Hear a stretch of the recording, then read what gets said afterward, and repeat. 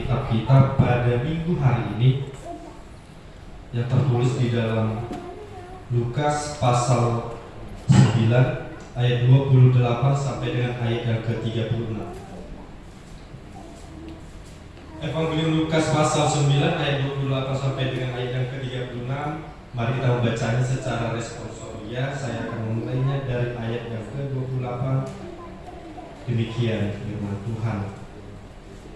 Kira-kira 8 hari sesudah segala pengajaran itu, Yesus membawa Petrus, Yohanes, dan Yakobus lalu naik ke atas gunung untuk berdoa. Ketika ia sedang berdoa,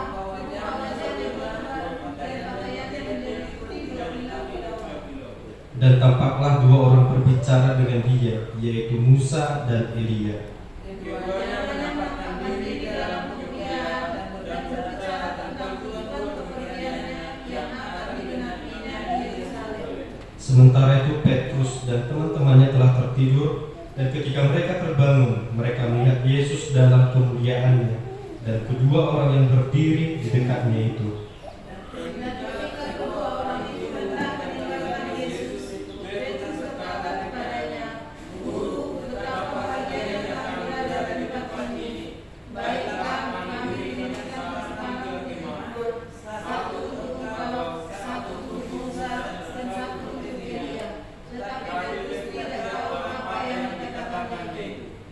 Sementara ia berkata demikian, datanglah awan menaungi mereka, dan ketika mereka masuk ke dalam awan itu, takutlah mereka.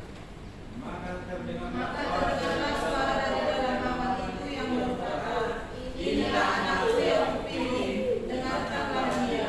Ketika suara itu terdengar, nampaklah Yesus tinggal seorang diri, dan murid-murid itu merahasiakannya, dan pada masa itu mereka tidak menceritakan kepada siapapun apa yang telah mereka lihat itu. Sampai sejauh bacaan firman Tuhan, kita bernyanyi.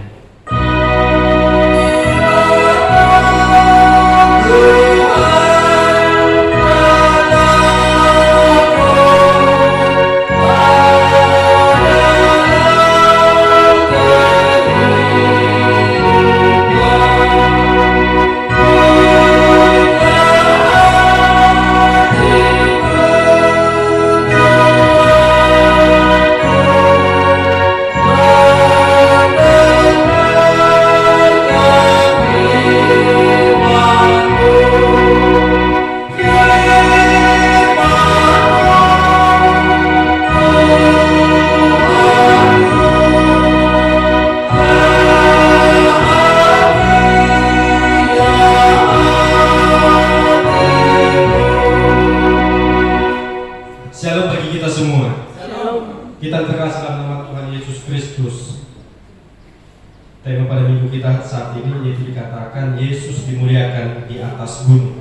Yesus dimuliakan di atas gunung. Pada minggu saat ini Bapak Ibu, itu dinamai sebagai Minggu Estomihi. Minggu Estomihi itu sendiri yang berarti jadilah bagiku gunung batu tempat perlindunganku. Jadilah bagiku gunung batu tempat perlindunganku. Dan demikian juga pada khotbah minggu saat ini berketepatan juga mengenai tentang gunung. Dalam bagian ini Bapak Ibu kita membaca tentang Yesus yang dimuliakan di atas gunung. Mungkin sudah beberapa kali kita mendengarkan khotbah tentang ini, atau kita telah mengkhotbahkannya, atau kita telah membacanya. Ketika pada masa saat itu Yesus mau melakukan berbagai rutinitas yang Yesus lakukan, yaitu berdoa. Dan ketika Yesus berdoa, dia menunjukkan satu teladan bahwasannya ketika seseorang ingin berdoa, dia haruslah menepi, dia haruslah ke tempat yang sepi, dia haruslah menjauh daripada keramaian. Yesus mengambil satu gunung pada saat itu. Dia mengajak beberapa muridnya juga, yaitu Petrus, Yohanes, dan Yakobus untuk berdoa. Namun, Bapak Ibu, pada saat itu, Yesus menunjukkan salah satu mukjizatnya. Yesus menunjukkan salah satu kuasanya. Yesus menunjukkan bahwasannya dia bukan hanya sekedar manusia biasa, tetapi di dalam kemanusiaannya ada keilahian, Tritunggal. Dua natur dalam satu pribadi. Yesus menyatakan dirinya adalah manusia sejati dan menyatakan dirinya adalah Allah sejati. Sehingga Ketika Yesus telah selesai berdoa, Petrus mengatakan, tampaklah wajah Yesus berkilauan dan pakaiannya putih. Inilah yang menyatakan Bapak Ibu, atau dalam bahasa teologinya itu transfigurasi, perubahan pada wajahnya, perubahan dalam bentuknya. Namun sekalipun dalam hal transfigurasi tadi Bapak Ibu, bukan berarti Yesus berubah wajah, tidak, tetapi Yesus menunjukkan kemuliaannya, bahwasannya Yesus itu adalah Raja yang sejati. Yesus itu adalah Allah yang sejati. Lalu ketika semua telah ditampakkan, seperti yang ayat 35 dikatakan, ada suara dari surga yang menyatakan, inilah anak yang kukasihi, dengarkanlah dia. Lalu dalam hal peristiwa ini, kita boleh mengambil 3 pembelajaran Bapak Ibu. 3 pembelajaran. Yang pertama dikatakan, Yesus adalah Tuhan yang mulia. Yesus adalah Tuhan yang mulia. Kita terkasih dalam nama Tuhan Yesus Kristus, mungkin sangat banyak pernyataan bagi kita yang menyatakan siapa sih itu Yesus.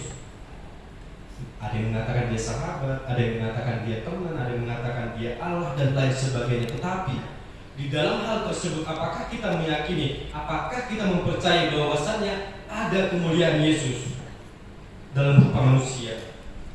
Ketika Yesus tadi dikatakan naik ke sebuah gunung untuk berdoa dan terjadi peristiwa transfigurasi, Yesus tidak baru menjadi mulia pada saat itu. Bukan berarti dia baru menjadi mulia.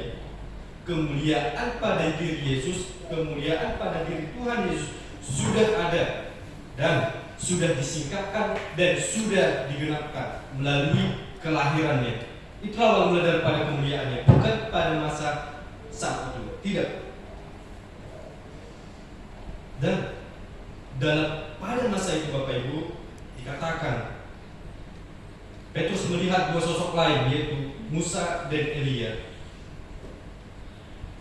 Di sini Musa digambarkan sebagai Taurat dan Elia digambarkan sebagai nabi. Inilah kelengkapan, inilah kesempurnaan daripada kemuliaan Yesus. Yesus didampingi oleh firman itu sendiri, dan Yesus adalah firman itu sendiri. Sama halnya seperti seorang raja yang sedang menyamar sebagai rakyat biasa.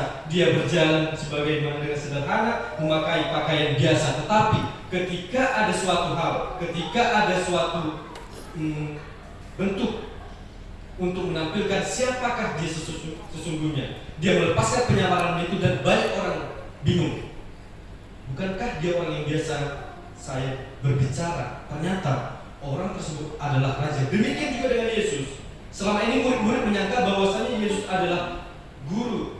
Para murid melihatnya, para murid melihat Yesus berjalan bersama dengan dia, makan bersama dengan para murid, tidur sama seperti manusia biasa. Tetapi di gunung tersebut para murid menyatakan, mereka bingung, mereka kagum bahwasanya mereka melihat ia adalah raja kemuliaan itu.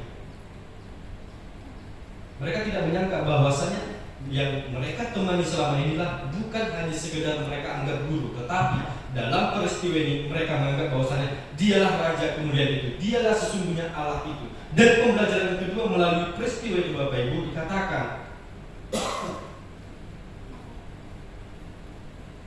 jangan hanya mau di atas gunung saja. Dari 33 dikatakan demikian.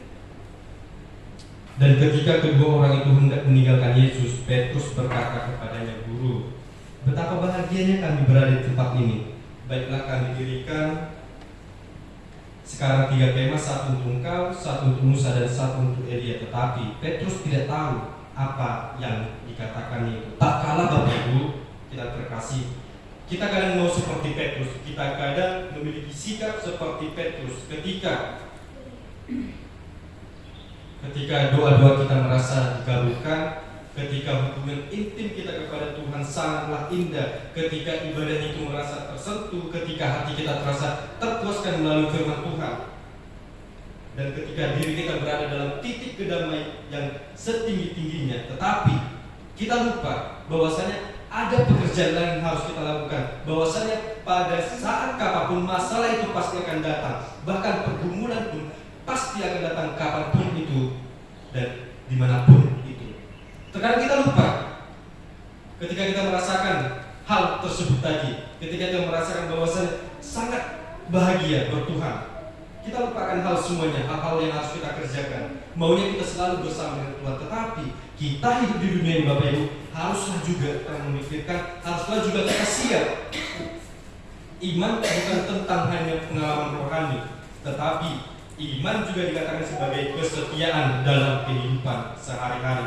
Teladan yang Yesus berikan tidak hanya dia diam tinggal di gunung saja, dia tidak hanya diam tinggal di tahta kerajaannya, dia turun, dia menjadi manusia, dan dia mati di kayu salib.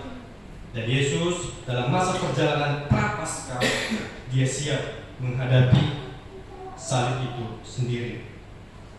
Pengalaman rohani memang penting, tetapi ketaatan setiap harinya jauh lebih penting. Lalu pembelajaran yang ketiga, Bapak Ibu, dikatakan dengarkanlah dia, ayat 35, dikatakan demikian. Maka terdengarlah suara dari awan itu yang berkata, inilah anakku yang kupilih, dengarkanlah dia. Inilah inti daripada pemberitaan firman Tuhan pada minggu ini. Dan inilah juga inti dari pesan yang disampaikan oleh surga kepada setiap para